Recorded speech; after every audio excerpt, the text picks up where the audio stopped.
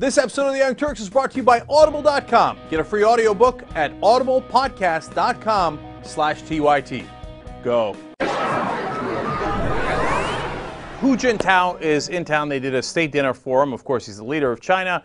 And Robert Reich had a very interesting article about that. I'll share that with you a little bit later in the show. We made a huge trade agreement with them, but Rush Limbaugh has decided that there was a more interesting aspect of his visit, and that was his accent and the fact that he speaks a different language. So he decided to mock that.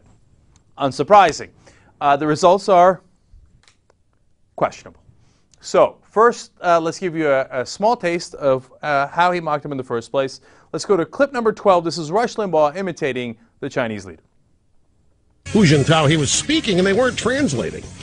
They normally, you know, some translator every couple of words, but Hu Jintao was just going ching chang ching chang tong tong chang chang ching chong chi ba ba ba chong chong ching chi chang chang ching chi chi ching zha ba ba chang chang ching chi chi chang chang chi chong chi chong ba ba ba chi chi chong ba. Nobody was translating, but that's the close I get. Okay, I guess we gotta put that on the soundboard. Okay, but look, accents are one thing. I do accents all the time. I mean, what is that? That's outrageous, man. I mean, does he have any Chinese listeners? Probably not after that segment. So, I mean, but what a child. Think about that. He's like, to me, it sounds strange. So I'll go say all this stuff.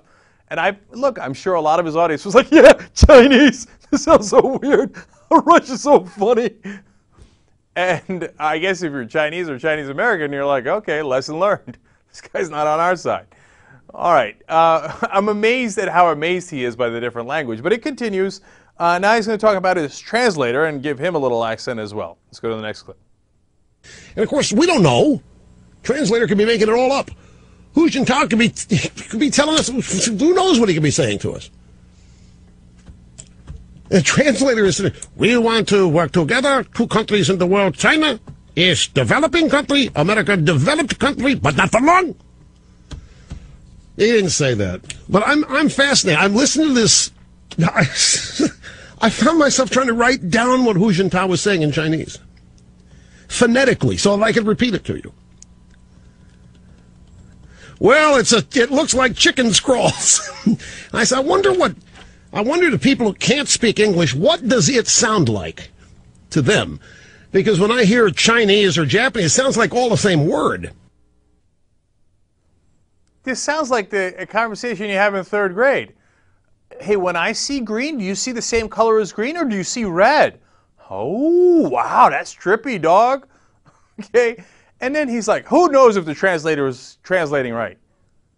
The hundreds of thousands, perhaps millions of Chinese in this country, let alone the billions of Chinese throughout the world, who would know if they were translating it wrong because they know Chinese and English? Who can tell? It sounds like Chinese and Japanese to Rush. So he just makes up a bunch of words, gives it an accent, and goes, well, crazy world out there.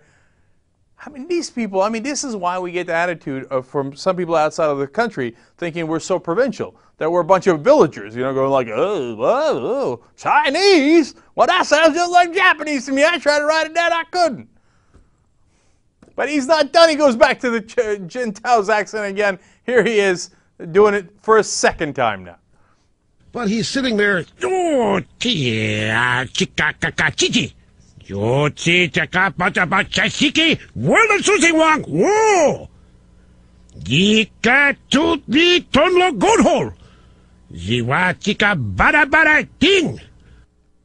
Number one, that doesn't sound like Chinese at all. I couldn't tell. Did it sound more like Arabic? Well, it's made up. He threw Susie Wong in there. When he threw Susie Wong in there, I got a flashback, not that I was around, but into the 1950s. Like, this is, I'm sure, what they would have said if an Asian person came into a town in some places in the country and they'd have been like, oh, look at that, so crazy, a Chinese person, whether they were Chinese or not. And they'd say things like this and Susie Wong and then laugh, and then everybody would probably go, there you go, baby. There you go.